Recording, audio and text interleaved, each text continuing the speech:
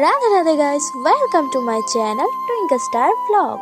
এই ভিডিওটা অনেক পুরনো, সেই হোলির সময়কার ভিডিও।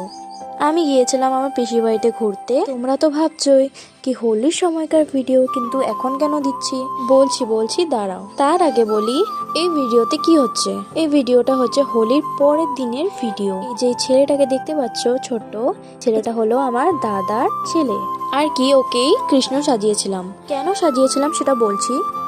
এখানে যতগুলো বাচ্চা আছে সবগুলোকে কিছু না কিছু বানানো হয়েছে, যেমন ছোট্ট মেয়েটাকে রাধা বানানো হয়েছে আর বাকিগুলোকে সখী বানানো হয়েছে।